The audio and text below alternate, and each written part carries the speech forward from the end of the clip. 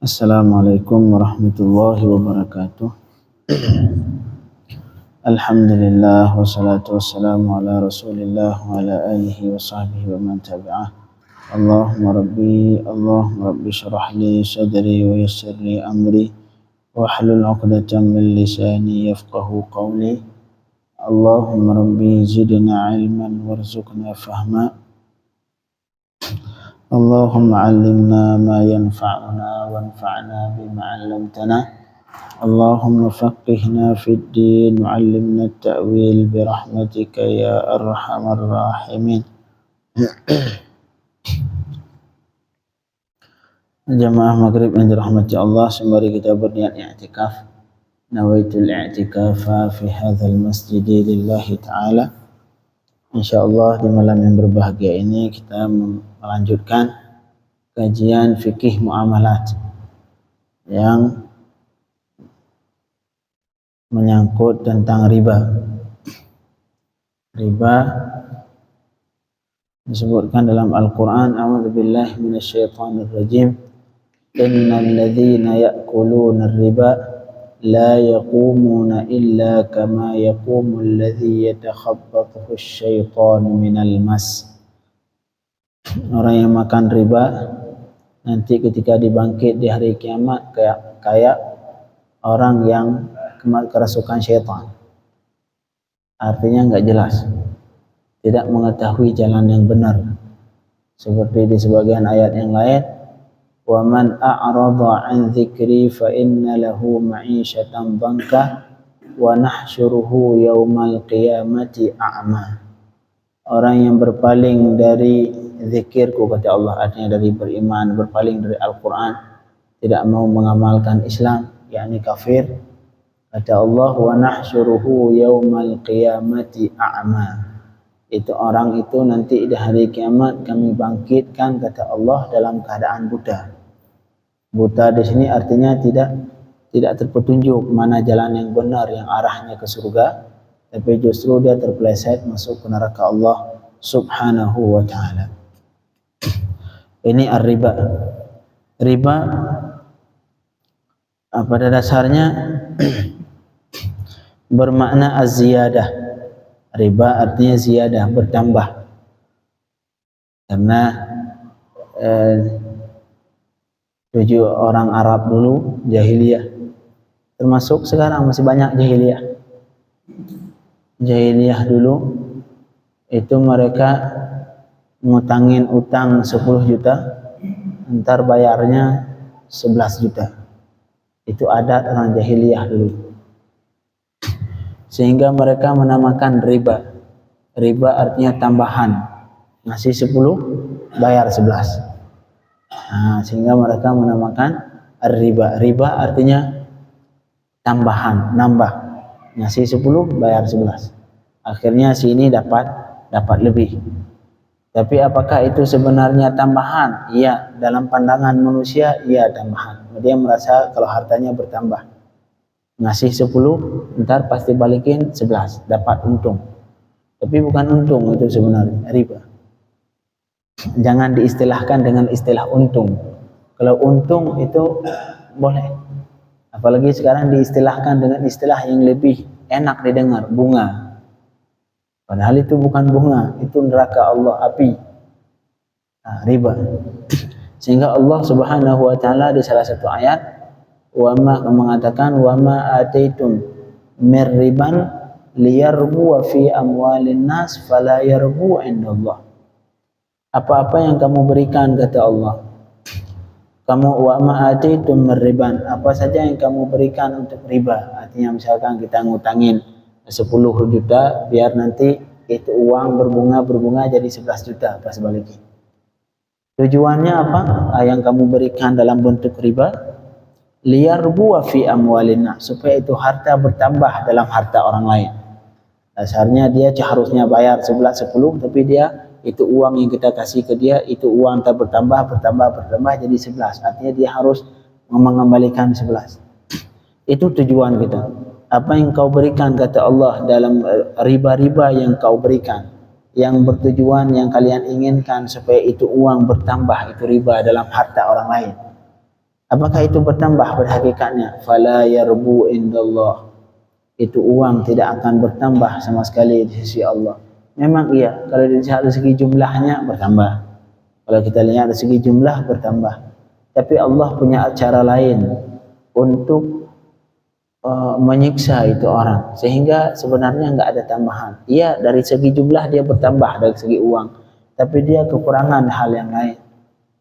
Banyak kita yang makan bunga bank yang haram, bank konvensional terutama. Apa yang terjadi? Uang memang kita bertambah, iya bertambah. Tapi di sisi yang lain, kadang-kadang keluarga kita nggak nyaman. Istri sama suami bentrok mulu, nggak pernah akur istri sama suami. Untuk apa uang banyak, tapi ketika kita pulang ke rumah seperti pun masuk ke neraka Allah. Istri nggak pernah ngomel mulu, subhanallah. Suami juga nggak bisa kalau nggak ngebentak istri. Anak nggak pernah bisa diatur. Itu salah satu cara Allah untuk mengurangi jatah yang kita ambil dari harta orang lain. Memang iya, di rekening kita banyak jumlahnya, tapi kenikmatan tidak pernah kita dapatkan. Di rumah kita pulang, istri nggak pernah bagus, suami kerjaannya ngebentak istri, apalagi sebagian dari mukmin laki-laki tidak, kayak orang nggak beriman, mukul istri. Na'udzubillah min dzalik. Bisa berani memukul istri, padahal itu istri diambil dengan cara yang baik, dia nikahi kemudian dipukuli. Ya, astagfirullahaladzim. Tapi itulah yang akan terjadi ketika seseorang mempermain harta dengan cara riba,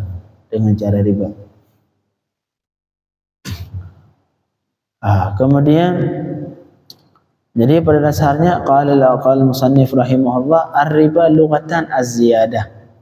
Jadi riba kalau dari segi bahasa raba yarbu artinya bertambah. Karena orang Arab lu menganggap itu tambahan. Nah, kita ngutangin 10 bayar 11, so bertambah 1 juta. Tapi apakah itu bertambah? Kata Allah dalam Al-Quran, memang iya kalian menganggap itu bertambah, tapi di sisi Allah itu tidak ada tambahan sama sekali. Walaupun terlihat jumlahnya tambahan, tapi ketenangan tidak pernah kita dapatkan. Kemudian apa yang wasyar'an, baru sekarang riba menurut dalam syariat Islam ataupun menurut fikih Islam.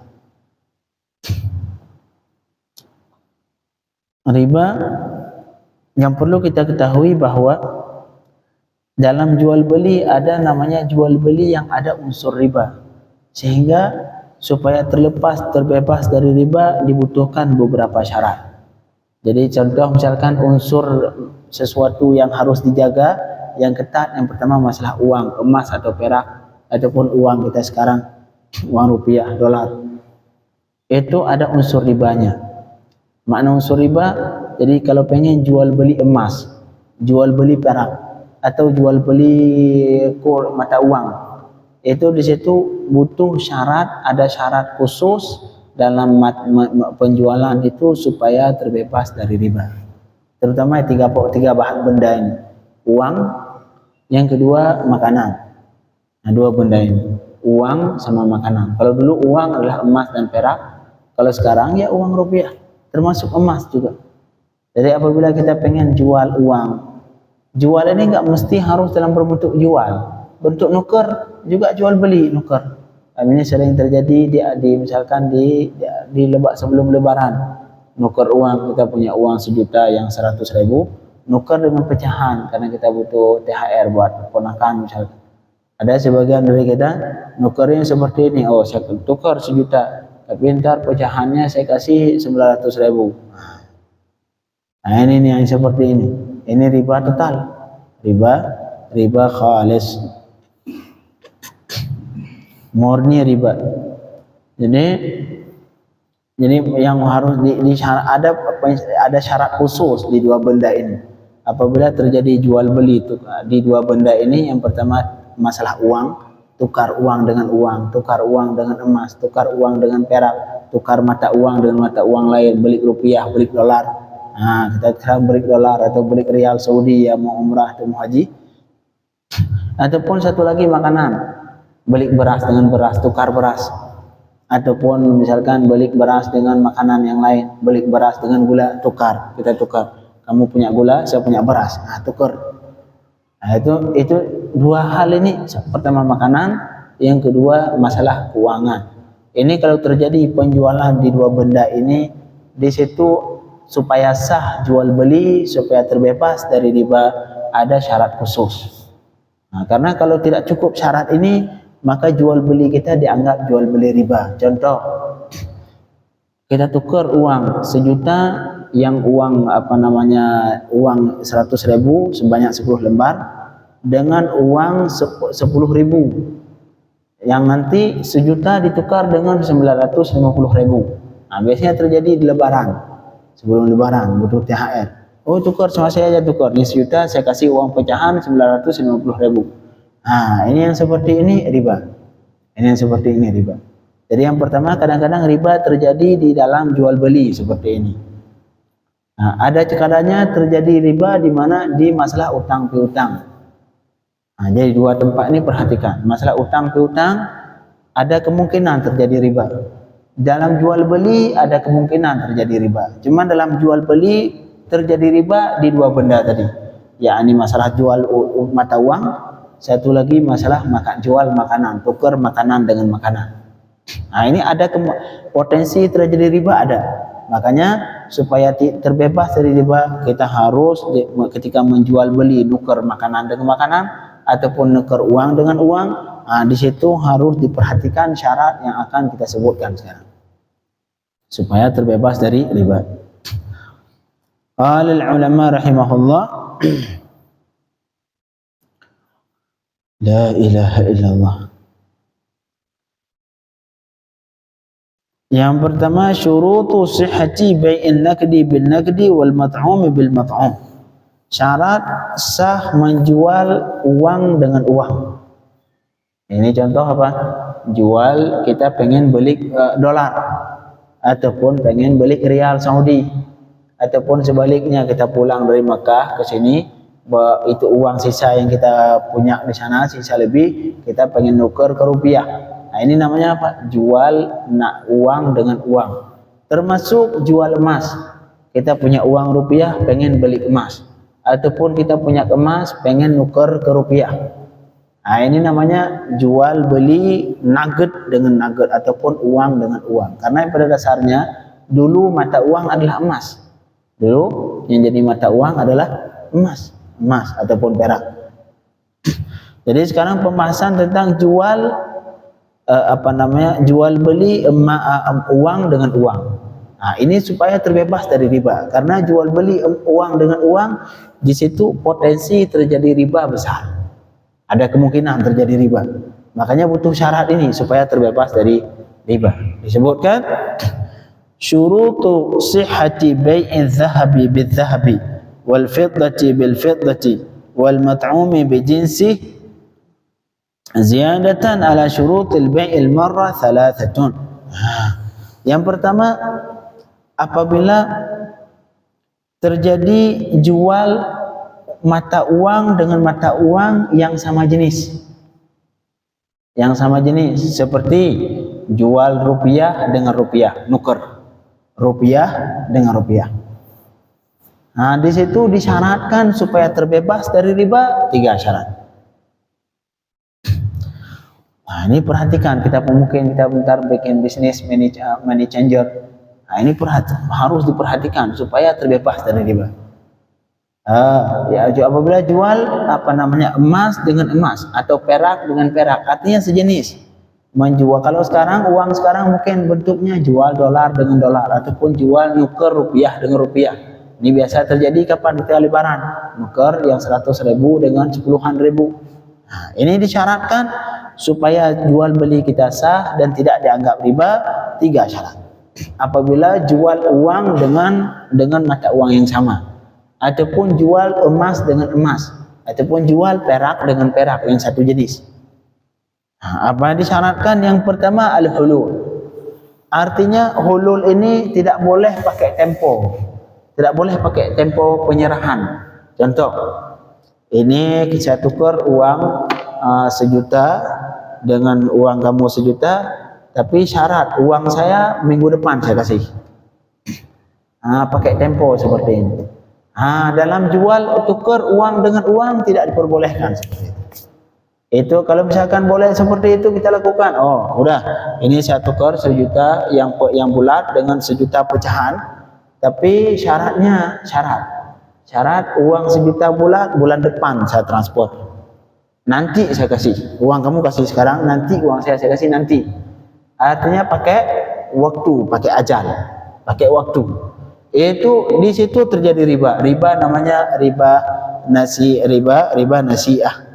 Riba nasi'ah adalah ketika terjadi jual beli emas dengan emas ataupun uang yang dengan mata uang yang sama, yang kemudian disyaratkan waktu tempo. Riba. Jadi syarat yang pertama tidak boleh pakai waktu seperti itu. Harus langsung. Jadi misalkan ini saya jual, saya tukar 1 juta bulat dengan 1 juta yang pecahan. Enggak boleh nanti saya kasih. Syaratnya ntar bulan depan saya transfer. Enggak boleh seperti itu. Harus saat itu langsung. Enggak boleh pakai waktu. Kemudian yang kedua, syarat yang kedua, wat taqabud. Dan harus saling serah terima dalam majlis akad. Di mana terjadi akad? Misalkan di toko terjadi akad. Ini saya tukar rupiah bulat dengan 1 juta rupiah yang pecahan. Kapan tukar serah terima uang 100 juta bulat dengan 1 juta pecahan? Saat itu langsung. Jangan, oh mohon maaf ini uang saya yang bulat belum saya bawa, masih di rumah saya, nanti saya ambil uang kamu saya kasih dulu, nanti saya ambil. Ini tidak diperbolehkan, riba. Jadi supaya terbebas, jadi syaratnya yang pertama jangan syarat waktu, jangan syarat nanti saya kasih. Syarat yang kedua, apabila nukar uang dengan uang yang sama, syarat yang kedua harus taqabud, harus serah terima dalam tempat di tempat terjadi akad. Saat itu langsung. Jangan nanti saya kasih uang saya. Oh, riba. Tidak diperbolehkan. Riba ini salah satu dosa besar. Riba perlu diingat bahwa riba ini adalah salah satu dosa besar. Na'udzubillah min dzalik. Sekarang riba di dalam Islam dua perkara doang yang dianggap yang diperangi sama Allah. Artinya Allah memerangi kita manusia dengan 2 sebab. Bisa jadi orang nggak puasa, atau ada sebagian dari orang misalkan nggak bangun salat subuh, itu bertobat haram. Tapi dosa yang diperangi langsung sama Allah 2 dosa. Yang pertama makan riba. Kata Allah Subhanahu wa taala, fa in lam taf'alu fa'dhanu biharbin min Allah.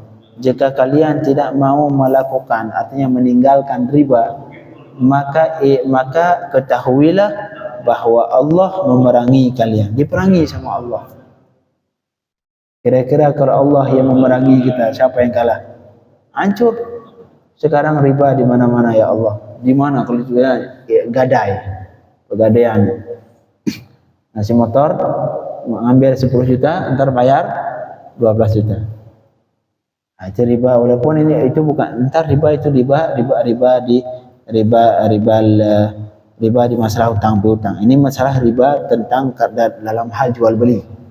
Jadi sekali lagi supaya terbebas dari riba, ketika jual uang dengan uang yang mata uang yang sama, rupiah dengan rupiah, dolar dengan dolar, rial Saudi dengan rial Saudi, maka syaratnya 3. Yang pertama, tidak boleh pakai waktu dalam penyerahannya.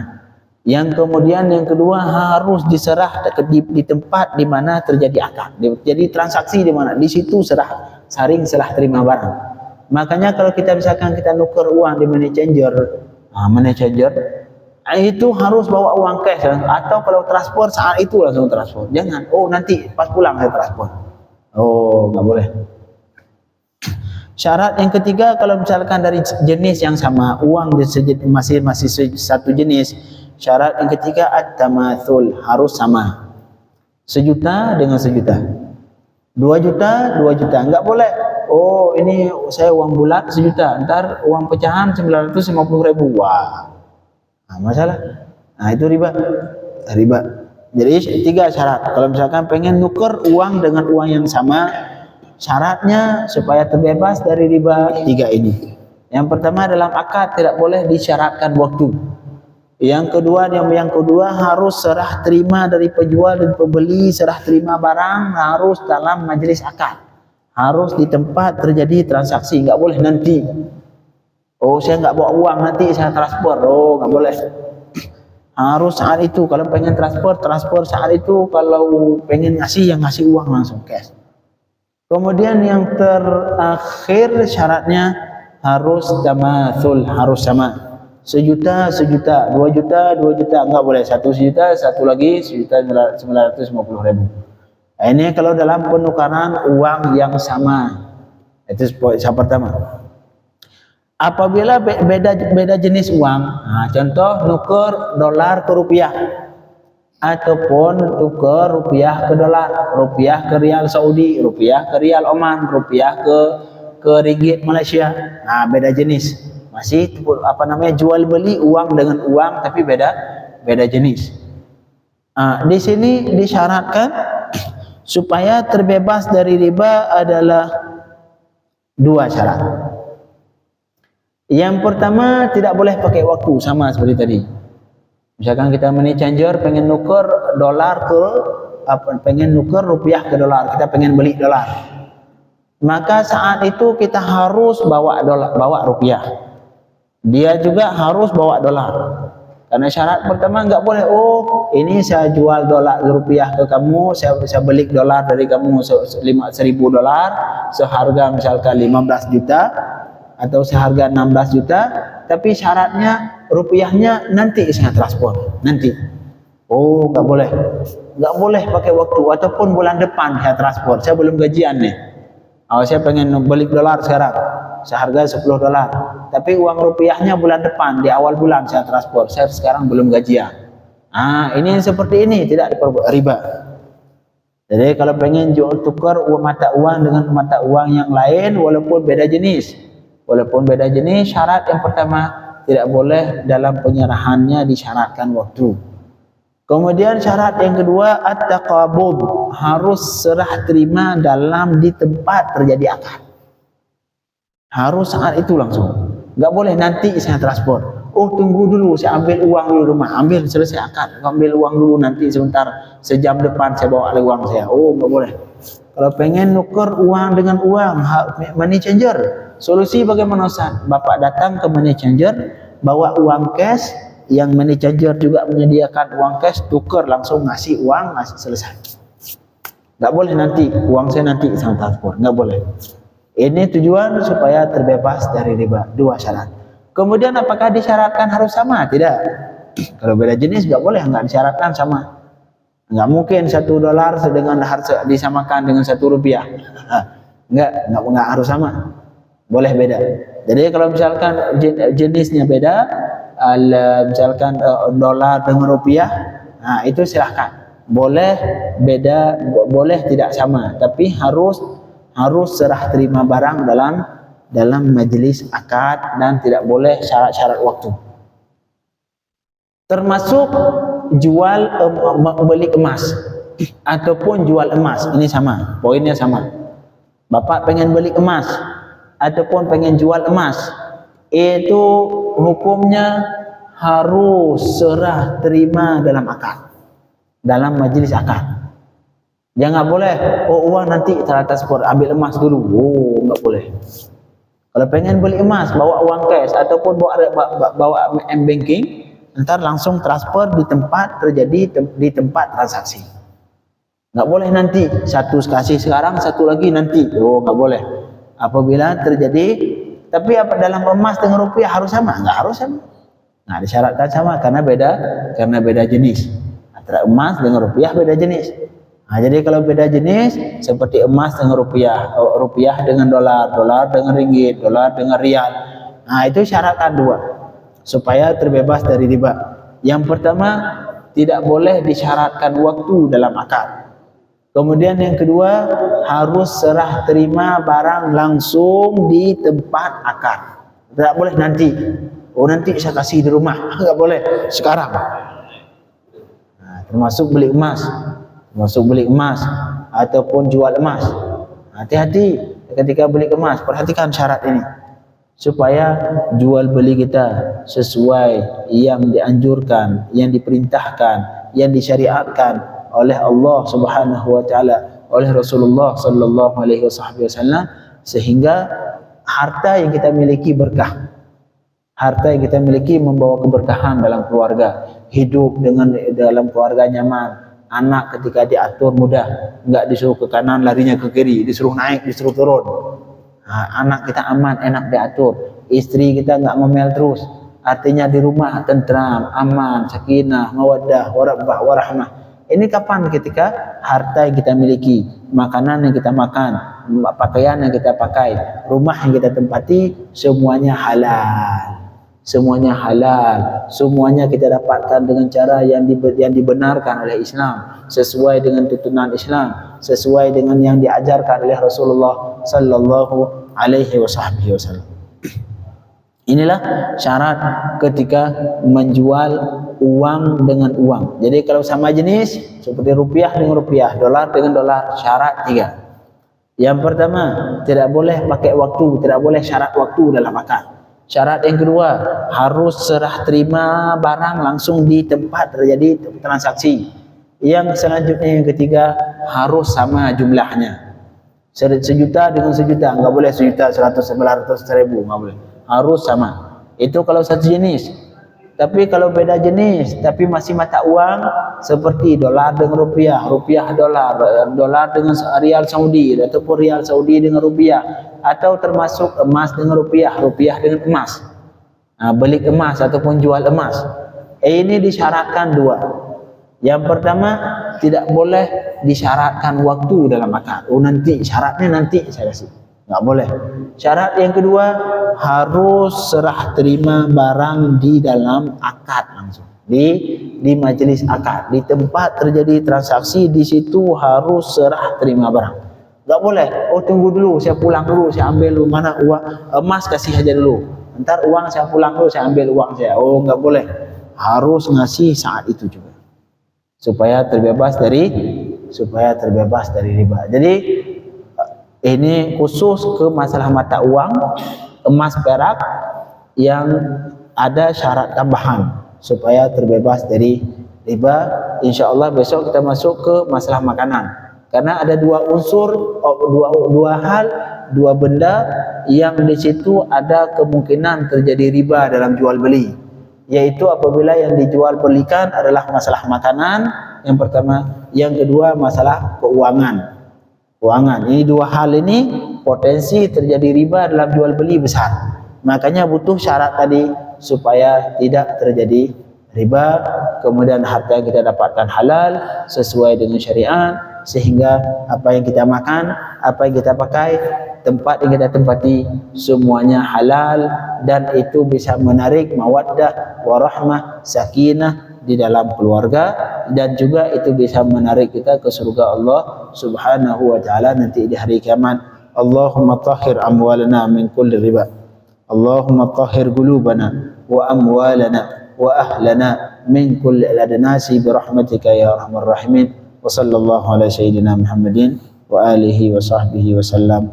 Walhamdulillahi rabbil alamin.